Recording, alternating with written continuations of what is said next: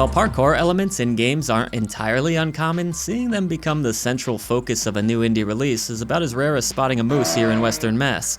For many of us, when we think of roof hopping, beam balancing, and tuck and roll momentum-based gameplay, images of AAA games come to mind, such as 2008's memorable Mirror's Edge, Assassin's Creed, and the Dying Light franchises. But when it comes to indies outside of games such as 2022's Neon White, it feels like the pickings are a bit slimmer. As a massive fan of Mirror's Edge in particular, I was excited when I first set my eyes on MOTORSLICE, a stylish new action romp coming to us from the same team that brought us 2022's Togs. However, unlike many of the games that I've mentioned, MOTORSLICE takes place from the third-person perspective and trades in the guns and fists for a motherfucking chainsaw. Fred Durst would be proud. But did MOTORSLICE feel like a well-oiled machine?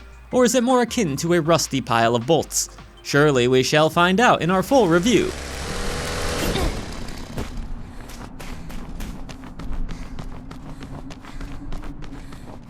But real quick, take a slice out of the Gaming Echo Chamber's viewership and support real people making real things over at patreon.com/idreamofindiegames, where you'll gain Discord access, shoutouts at the end of every video we produce, exclusive shows, and more. Your new indie gaming community can't wait to meet you. In MOTORSLICE, you'll control P, and no, that is not a reminder to clench, it is in fact the name of our mysterious lead character. Now that we've established this section of the review is going to sound awkward, P is cute, bubbly, funny, and extremely acrobatic, while also sometimes referred to as a slicer. She's sent on a contracted mission to explore a mysterious megastructure where her main objective is to destroy every machine that stands in her path. P loses contact with her fellow slicers upon arrival, and is now left all on her lonesome, except for a slightly perverted orb drone unit who, in a cool twist, also acts as the game's camera.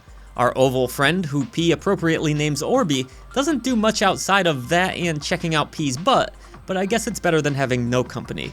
Maybe. Alright, in fairness, the duo will have many bizarre conversations throughout this roughly 10-hour campaign, which take place at various rest points throughout your adventures. During these optional events, Orby will often try to flirt with P and be a little weirdo, with players picking between fun, if slightly awkward, dialogue choices. They don't seem to affect much beyond getting goofy reactions from P, who herself isn't exactly fluent in robot language. Maybe my favorite interaction between these two was the ability to take selfies and tickle parts of P's face. How cute. We get to learn a bit more about our lead character during these interactions, but generally speaking, the story takes a back seat from the intro on, with the developers heavily focused on the game's parkour-based swinging and platforming that has a bit of combat sprinkled on top. Let's not sugarcoat it. MOTORSLICE is a very hard game with no major difficulty options, and for some of you that might be an instant turnoff.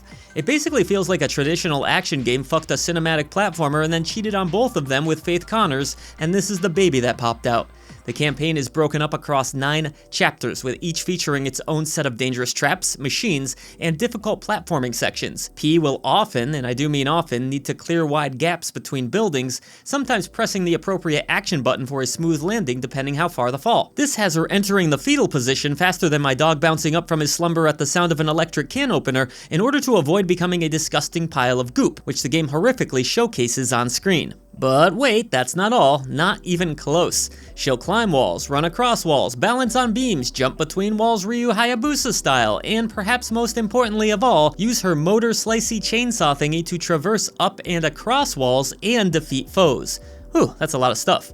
Oh, and she also has a bizarre Batman detective-like mode, a dated reference I know, which allows her to see enemy locations and even find a few hidden optional orbs, which are scattered across the game's different areas and must be delivered to set locations in order to be optionally collected. Alright, I hit you with a lot there, so let's start with the combat, by far the most simplistic aspect of MOTORSLICE.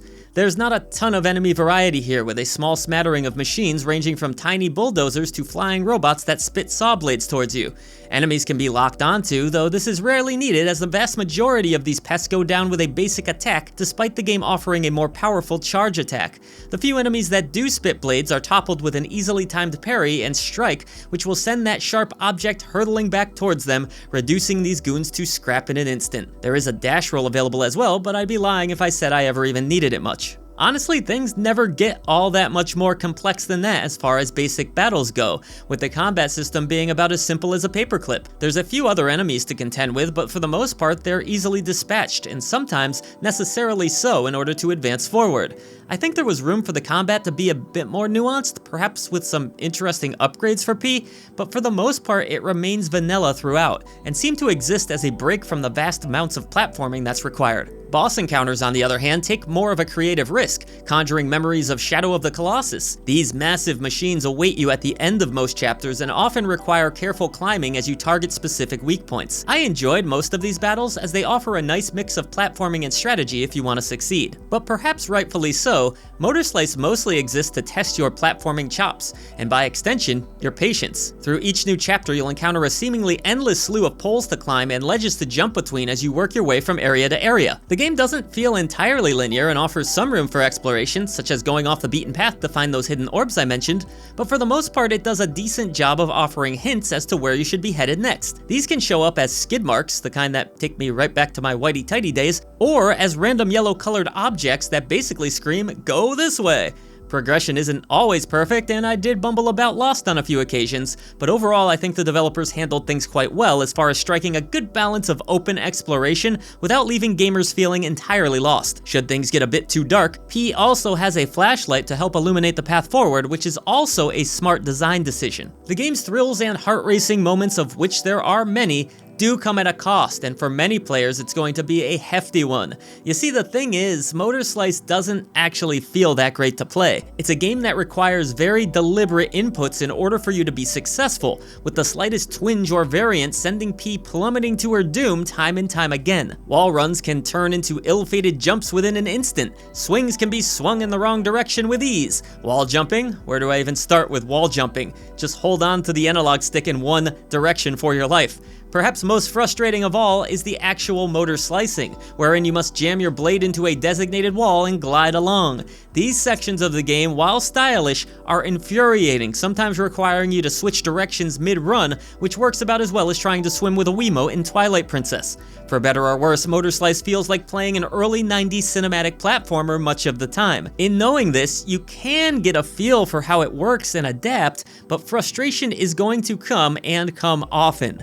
I don't think I've died more times in a game this year thus far. Maybe switching over to keyboard and mouse will alleviate some frustration with just how clunky the game feels on a controller, but as someone who's really bad at that particular configuration, it didn't help me. When things are working, however, and everything clicks, it's a thing of beauty. I can't even put into words how satisfying it can feel to successfully hop between walls and swing from pole to pole in succession, sometimes avoiding hazardous landmines and traps in the process. In those glorious moments, few games offer the level of exhilaration that MOTORSLICE does. I guess what I'm trying to say is the pleasure is sometimes worth the pain. It helps that the visual design of MOTORSLICE is quite beautiful, despite me sometimes getting the feeling that everything in this world looks a bit the same. The game has a muddy PS2 era design to it, though I mean this as a compliment, mostly. There's a dreamy atmosphere to the presentation with simplistic textures and enemy designs and a limited color palette that sets the tone nicely. The massive bosses are particularly impressive, as I enjoyed the clearly marked weak points which feature a bright orangish yellow hue. The lo-fi vibe carries over to the game's sparse soundtrack, which in between breaks of silence builds into electronic hums and beats through more high-octane gameplay sections. Many of these songs were a bop, even if I could have used a few more.